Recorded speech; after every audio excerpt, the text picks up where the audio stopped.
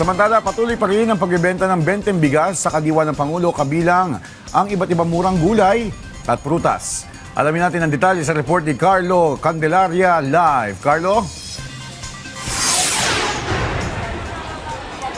Rise and shine, Joshua, tuloy-tuloy pa rin yung bentahan ng 20 pesos per kilo ng bigas maging ng iba't ibang mga pagkain gaya ng prutas at gulay dito sa kadiwa ng Pangulo sa Bureau of Animal Industry sa Quezon City. Si Alice Bocala, alas 3 pa lang ng umaga, nakapila na para bumili ng murang bigas na pang 2 linggong stock na nila sa bahay. Ayon sa kanya, malaking tulong ito pandagdag sa gastusin lalo't marami siyang sakit at binibiling gamot pang maintenance.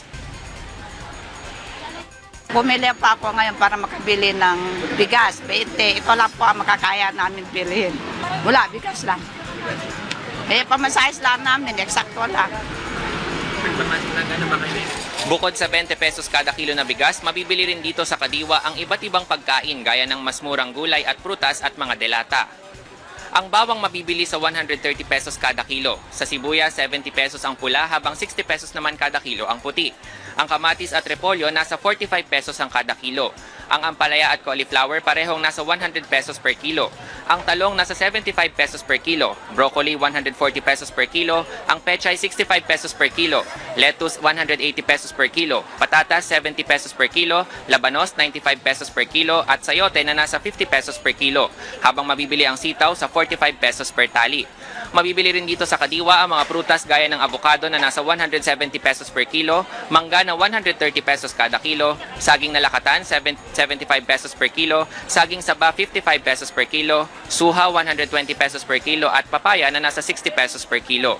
Ang mga gulay ay galing sa Pangasinan at Baguio habang ang mga prutas ay mula pa sa iba't ibang lugar sa Pilipinas. Mahigit 1,200 ang naseserbisyohan ng kadiwa ng Pangulo dito sa Bureau of Animal Industry. Nakakapamili sila ng mga mura na, masustansya at sariwa pang mga pagkain. Nagpapatuloy din ang suporta ng gobyerno sa sektor ng agrikultura sa pamamagitan ng mga cash aid, farm inputs at logistical support sa ating mga magsasaka.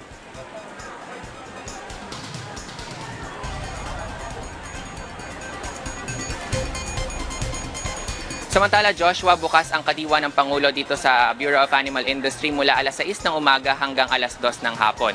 Maaari namang bisitahin ang Facebook page ng kadiwa para sa mga updates patungkol sa malalapit na kadiwa outlets sa inyong mga lugar. Joshua. Maraming salamat, Carlo Candelaria.